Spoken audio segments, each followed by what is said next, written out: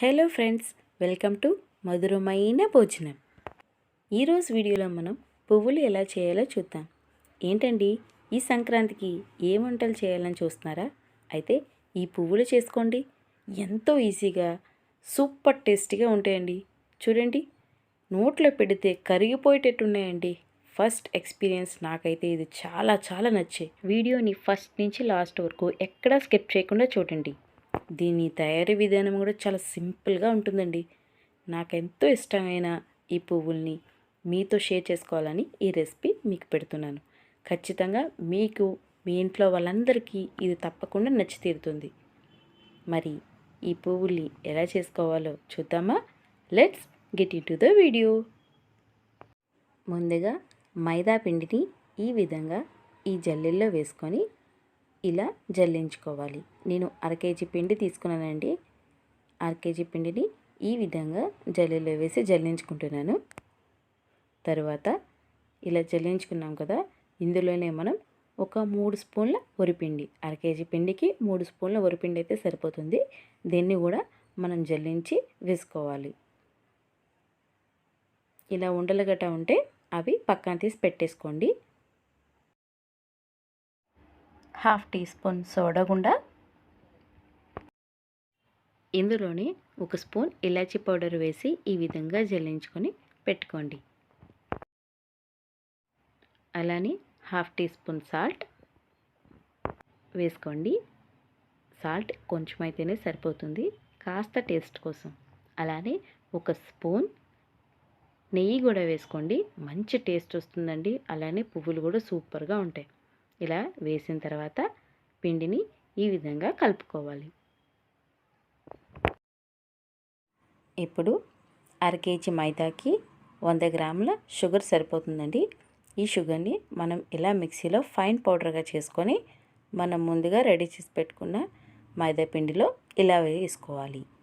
మనం ప్రతిదీ జల్లించుకొని అలానే పౌడర్ చేసి వేసుకుంటున్నాం కదా, ఈ విధంగా చేయడం వల్ల మన పువ్వులు ఎంతో చక్కగా వస్తాయండి. మీరే చూస్తారు కదా. ఇప్పుడు వీటన్నిటిని ఈ విధంగా చేత్తో ఒకసారి కలుపుకోవాలి. ఇలా కలుపుకున్న తర్వాత ఇందులో మనం 1 గ్లాస్ పాలు వేసుకోవాలి.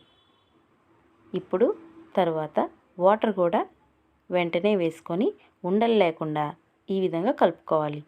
మనం ఎంత చక్కగా కలిపితే మన పువ్వులు అనేవి ఉండలు లేకుండా చక్కగా వస్తాయండి. వేసేటప్పుడు చాలా ఈజీగా కూడా ఉంటుంది. ఇలా కాస్త వాటర్ కాకుండా కొంచెం ఎక్కువ వాటర్ వేసి బేగా కలుపుకోవాలి. అప్పుడే ఉండలు లేకుండా చాలా నీట్గా కలుపుకోవచ్చు. మనం కలుపుకున్న పిండి చూడండి, ఇదిగో ఈ విధంగా చిక్కగా రావాలి. మనకి పర్ఫెక్ట్గా పిండి ఎలా కలిసిందో తెలియాలంటే వేలు పెట్టి బయటికి తీస్తే పిండి అనేది చూడండి ఈ విధంగా లైట్గా జారాలి. ఒక్క విషయంలో చెప్పాలంటే దోసల పిట్టిలా పర్ఫెక్ట్గా రావాలి. ఇప్పుడు దీన్ని ఒక బౌల్లో ట్రాన్స్ఫర్ చేసుకుందాం. పిండి మొత్తం ఒకేసారి కాకుండా కొంచెం కొంచెంగా ఇలా బౌల్లో వేసుకుంటాం. ఇప్పుడు స్టవ్ మీద కళాయి పెట్టి అది వేడెక్కిన తర్వాత డీప్ ఫ్రై సరిపడే ఆయిల్ వేసి మనం పువ్వుల గుత్తుని ఇందులో వేసి కాసేపు వేడి చేయాలి. ఎందుకు అంటారా, మనకి పువ్వుల్ని డైరెక్ట్గా పిండిలో పెట్టి తీస్తే పువ్వులు రావండి. ఇలా వేడి చేసి పిండిలో పెడితే చాలా చక్కగా వస్తాయి. బౌల్తో పిండిని ఇలా స్టవ్ పక్కనే పెట్టుకొని పువ్వు గుత్తు వేడెక్కిన తర్వాత బౌల్లో పెట్టి 1 నిమిషం ఇలా పువ్వు గుత్తును ఉంచి పైకి తీయాలి. చూసారా, పువ్వు గుత్తుకి ఎంత చక్కగా పిండి ఎంత అంటిందో. ఇప్పుడు దీన్ని ఆయిల్లో పెట్టి 1 నిమిషం పాటు ఇలా అనాలి. చూసారా అండి, ఎంత చక్కగా పువ్వు అనేది వేగుతుందో. ఇప్పుడు ఒక పుల్ల పెట్టి దానికి ఉన్న పువ్వు గుత్తుని నెమ్మదిగా ఈ విధంగా బయటికి తీయాలి. మీకు పువ్వులు బాగా రావాలంటే కొత్త పువ్వులు గుత్తు కాకుండా పాతది ఉంటే దాంతో పువ్వులు వేసుకోండి. ఎంతో ఈజీగా సింపుల్గా వచ్చేస్తాయి. నేను ఇక్కడ వాడుతుంది కొత్తదేనండి, అందుకే కాస్త రావడానికి ఇబ్బంది పడుతుంది. అదే మనం బాగా వాడిన పువ్వు గుత్తుతో వేస్తే చాలా ఈజీగా వస్తాయి. చూసారా ఎంత చక్కగా పువ్వులు వచ్చాయో. ఇప్పుడు ఈ పువ్వుని మరోవైపు తిప్పుకున్నాం కదా, ఈలోపు పువ్వు గుత్తును వేడి చేసి మళ్ళీ ఇదే విధంగా పిండిలో ముంచి 1 నిమిషం తర్వాత బయటికి తీసి మళ్ళీ దీన్ని ఆయిల్లో ముంచాలి. ముంచి ఈ విధంగా అనాలి. అప్పుడు పువ్వు కాస్త వేగి మనం పుల్లతో ఈ విధంగా తీస్తూ ఉండాలి. ఇంతేనండి. చాలా సింపుల్గా మనం పువ్వులు అనేవి వేసేసుకోవచ్చు. చూసారా, మరొక వైపు ఒక పువ్వు బాగా వేగింది. ఇప్పుడు దీన్ని ఈ విధంగా పైకి లేపి నూనె వాడ్చి దీన్ని ఒక బౌల్లో వేసుకోవాలి. పువ్వులు వేగుతున్నప్పుడు ఒకవైపు పువ్వు వేసుకుంటూ మరొక వైపు పువ్వుని అటు ఇటు వేయించుకొని అది వేగిన తర్వాత ఒక పుల్లతో దాన్ని తీసి మరొక ప్లేట్లో పెట్టుకోవాలి. ఈ ప్రాసెస్తో మనం చేసుకుంటూ ఉంటే మనకు పర్ఫెక్ట్గా పువ్వులు అనేవి వస్తాయి. చూసారా అండి, ఎంత చక్కటి పువ్వులు రెడీ అయ్యాయో. ఇదే విధంగా మనం మిగిలిన పువ్వులు కూడా వేసుకుందాం. నేను చేసుకున్న 1/2 కేజీ పిండికి నాకు 40 పువ్వులు వచ్చాయండి. మీకు ఆయిల్ సేవ్ చేసే మరొక టిప్ చెప్తానండి. పువ్వులు వేగిన తర్వాత వీటిని డైరెక్ట్గా ప్లేట్లో కాకుండా ఇలా ఒక కన్నపు జల్లెల్లో వేసుకొని ఆ ఆయిల్ని ఇలా సేవ్ చేసుకోండి. ఈ టిప్ మీకు నచ్చిందా? అయితే తప్పకుండా ఫాలో అవ్వండి.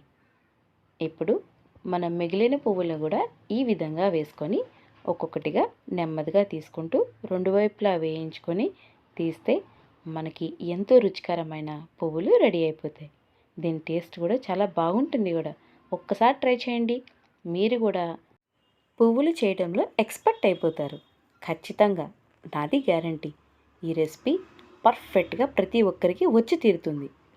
ఒక్కసారి ట్రై చేస్తే మీకే తెలుస్తుంది. మరి ఈ పువ్వుల రెసిపీని మీరు ట్రై చేస్తారా? మరి లేట్ ఎందుకు? ఈ సంక్రాంతికి మీ ఫ్యామిలీ మెంబర్స్కి ఈ స్వీట్ రెసిపీ చేసి అందరినీ హ్యాపీగా ఫ్యామిలీతో ఎంజాయ్ చేయండి. చూడండి ఎంత టేస్టీగా కలర్ఫుల్గా ఉన్నాయో. చూడడానికి భలే రుచికరంగా అనిపిస్తున్నాయి కదా. ఇలాంటి రెసిపీస్ మా ఛానల్లో చాలా ఉన్నాయండి. మా ఛానల్ని సబ్స్క్రైబ్ చేసుకొని మరిన్ని రెసిపీస్ మీరు ట్రై చేయండి. అలానే ఇప్పుడు దీని క్వాలిటీ టెస్ట్ చూద్దాం. పర్ఫెక్ట్. చూడండి ఎంత చక్కగా విరిగిపోతున్నాయో. పువ్వులు కర్కరమని క్రిస్పీగా ఎంత చక్కగా ఉన్నాయో. నోట్లో వేస్తే వెన్నలా కరిగిపోతుందండి. నిజం, మీరు ట్రై చేయండి. మీ ఫ్యామిలీ మెంబర్స్కి ఇది వన్ ఆఫ్ యూ ఫేవరెట్ కూడా అయిపోతుంది. నాది గ్యారంటీ. మరి మీ ఫ్యామిలీ మెంబర్స్తో దీన్ని తప్పకుండా షేర్ చేస్తారు కదా. మరొక కొత్త రెసిపీతో మీ ముందుకు మళ్ళీ వస్తాను. అంతవరకు ఇలాంటి రెసిపీస్ మా ఛానల్లో చూసి మా ఛానల్ని మరందరికీ షేర్ చేసేలా కోరుకుంటున్నాను. Bye, take care, happy Sankranti.